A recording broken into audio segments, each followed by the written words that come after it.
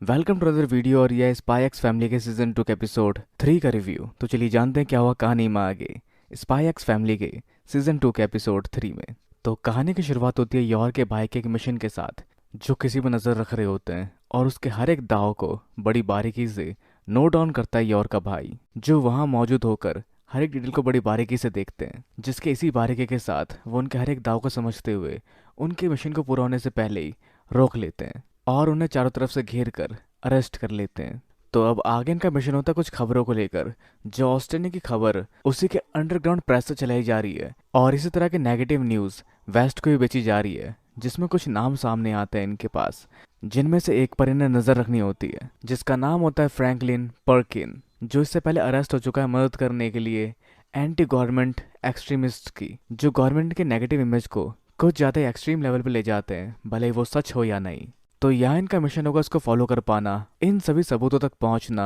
और उसके आर्टिकल्स के खरीदारों का भी पता लगाना, ताकि उसकी तरफ से फैलाई जा रही बुरी खबर सच ना बन जाए या बाकी लोगों से सच ना मानने लगे। तो फिर ये अपना मिशन शुरू करते हैं, जहाँ यूरी यानी कि यॉर का भाई नजर रखना शुरू करता है इसके हर एक एक्शन पर और हर एक चीज़ को काफ़ी बारीकी के साथ वो लिखता है। जिस बीच अपने दिनचर्या के कई सारी चीज़ों के बाद वो मिलता है किसी शख्स से भी और फिर सेम वही रूटीन, खाना लेकर घर आना और कोई बोरिंग सा शो देखना। और साथ ही उसकी फाइनेंशियल कंडीशन काफ़ी हद तक ख़राब है, जिसने अपने घर का किराया तक नहीं भरा, जो अपने लैंड लेडी से थोड़ा और समय मांगता है और अपने पापा को कहकर घर से बाहर निकलता है, जहाँ शायद वो कुछ और पैसे का जुगाड़ करने के लिए मिलने जा रहा है अपने नए क्लाइंट से, जिस सबको भाप कर यूरी और उसका सीनियर पीछा करना शुरू करते हैं इसका और ऑब्जर्व करते हैं इसके हर एक एक्शन को, जो बाहर निकल के यहाँ वहाँ देखना शुरू करता है, जो शायद खबर की तलाश में होता है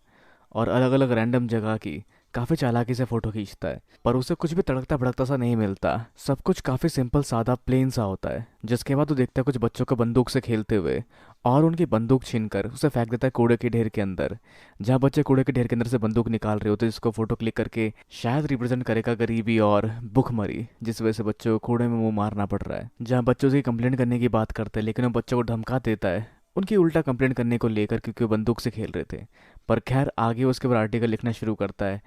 जो शायद कुछ पैसे कमा के दे सकती है उसको। जिस पर उसके डैड उसके कमरे में आके उससे पूछते हैं कि तुम अब कुछ खतरनाक तो नहीं लिख रहे, क्योंकि इससे पहले वो जेल जा चुका है। जो कहते हैं अगर तुम अपनी अजीबोगरीब इंसाफ को मानने वाली फीलिंग नहीं रखते तो तुम अब भी न्यूज़पेपर में काम कर रहे होते। जो कहता है बुराई क्या है, अपने इलाके को और इम्प्रूव कर पाने की इच्छा को लेकर रहना, और वैसे भी उसे अजीब काम करने ही पड़ेंगे क्योंकि अभी वो उसके बिना पैसे कमा भी नहीं सकते, और अगर उनके पास समय रहते पैसे होते तो वो अपनी मॉम को ज़रूर बचा पाता। जो शायद किसी पास्ट के इंसिडेंट को लेकर उदास है, जिस बारे में सुन पाता है यूरी भी, जहाँ यूरी उसको नोट करने के बाद भी उस पेज को फाड़ कर उसमें कुछ इमोशनल एंगल ना देते हुए इसको उस डिटेल के बिना ही पूरा आगे लिखता है। तो आगे अगले दिन पीछा करते हैं वो उस शख्स का, जहाँ वो जाता है अपने काम वाली जगह यानी कि पोस्ट ऑफिस में, जहाँ वो हाथ बटाता है अपने कोलीग का उसके काम में। तो क्योंकि एक पोस्ट ऑफिस में काम करते हैं तो वहाँ पे उसके लिए कुछ लेटर्स को बिना इंस्पेक्शन के आगे तक भेजना थोड़ा आसान हो जाता है, जैसा वो करता भी इस बार,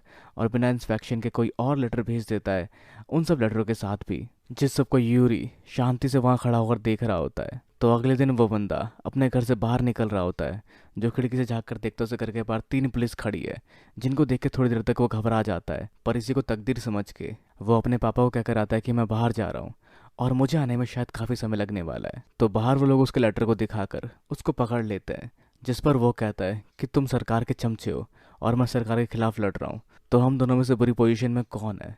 जिस पर यूरी कहता है कि मैं कभी भी ऐसा कुछ नहीं करता जिससे मेरे परिवार वालों को बुरा लगे, जिसमें ये इंक्लूड है इसके और उसके पापा की बातचीत को लेकर, जहाँ आगे यूरी भी कहता है कि मैंने रिक्वेस्ट डाली कि तुम्हारे पापा को तुम्हारे बाद कुछ फाइनेंशियल एड मिल सके, जिसके बदले फ्रैंकलिन सिर्फ थैंक्स कह पाता है। तो खैर आगे फ्रैंकलिन के ऑफिस वाले काफ़ी तक खुश है उसके काम से, और साथ ही ये मिशन काफ़ी हद तक सक्सेसफुल हुआ है, जिस वजह से यूरी को मिलती छुट्टी और वो छुट्टी इंजॉय करने के लिए पहुंच जाता है अपने बहन के पास, जो यहाँ लॉयड को देख के काफ़ी तक दुखी होता है, क्योंकि वो चाहता है कि वो रात के समय भी काम पर रहे। तो खैर इसका यहाँ आने का कारण अपनी बहन से मिलना, जिसके बदले वो उसके सर पर हाथ फेरती है, जो उसके लिए दिन बनने वाली बात जैसी हो जाती है, जहाँ वो रात के समय काफ़ी खुशी से चिल्लाना शुरू कर देता है। तो खैर ये तो थी कहानी यूरी की अब तक की,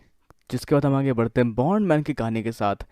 एपिसोड में आगे, जहाँ बॉन्डमैन कई सारी लड़कियों को हर बार बचाता है और साथ ही अपने दुश्मनों को भी मना लेता है एक साथ मिलकर रहने को लेकर, और इसी तरह से आगे बॉम्ब डिफ्यूज करते हुए टेररिस्ट की बेटी का ब्रेन वॉश करते हुए सबको वो अपनी टीम में कर लेता है। साथ ही दुनिया ख़त्म करने वाली को भी पटा लेता है और अपनी लैंड लेडी को भी पटा लेता है क्योंकि वो उसे रेंट मांगने आती है। और इस तरह से लड़कियों की फौज लेके चलता है बॉन्डमैन। पर एक समय में सभी लड़के चिढ़ जाते हैं कि वो उनमें से किसी एक को क्यों नहीं चुनता। पर बॉन्डमैन का मिशन है सभी लड़कियों का दिल जीतना और सबको अपने साथ लेकर चलना, जो रिप्रेजेंट करता है एक आम आदमी की सोच। पर सभी आम औरतों की सोच के साथ उसको मार खाना पड़ता है उनके सुपर पावर्स के साथ, और आखिर में बॉन्डमैन तबाह होने के बावजूद भी बच जाता है एक और नए सफ़र के लिए। तो आगे हम जानते हैं दिमाग पढ़ने की कला के बारे में, जहाँ एक आम बच्ची नहीं है लॉयड के पास। वो एक खास बच्ची जिसका दिल पल पल बदलता है, जो ना जाने क्यों एक मैकेनिकल बियर की सवारी करना चाहती है, जिससे वो काफ़ी खुश होती है। जहाँ लॉयड नहीं समझ पाता बच्ची को, मतलब बच्चे को।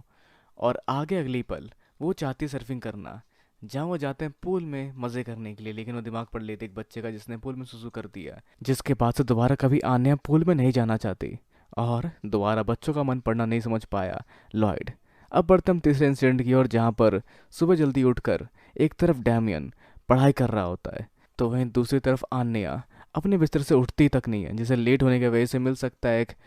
टॉनिट्रस बोल्ट, जो उसके पापा का मिशन और मुश्किल बना सकती है। और वैसे उस दिन स्कूल के लिए वो लेट हो जाती है। तो अगर हम बात करें आज के एपिसोड की, तो काफ़ी ज़्यादा फिलर था। कुछ सीरियस एक्ट के बावजूद भी सब कुछ रद्दी था। तो हो सकता है हम आगे कुछ बेहतरीन एपिसोड देख पाएंगे इस सीज़न में और सीरीज़ में, और शायद आगे नए एपिसोड काफ़ी इंटरेस्टिंग होने वाले हैं। जहाँ अगर हम बात करें प्रीव्यू की, तो यहाँ ये देखे जा रहे हैं बिल्ली पकड़ते हुए आने के स्कूल में कुछ मिशन या चीज़ों को पूरा करने के लिए, जहाँ यौर भी देखी जा रही है, जो शायद उनके स्कूल से गुम हुई एक बिल्ली है जिसको ढूंढना काफ़ी ज़रूरी है। तो क्या होगा आगे, क्या करना है यौर को, क्या होना है इस एपिसोड में, इस सब को लेकर अपने चैनल नीचे कमेंट्स बताना बिल्कुल ना भूलें। इस वीडियो को लाइक, शेयर और सब्सक्राइब करना भी बिल्कुल ना भूलें। तो के लिए मिलते हैं अगली वीडियो में। Sayonara and have a nice day.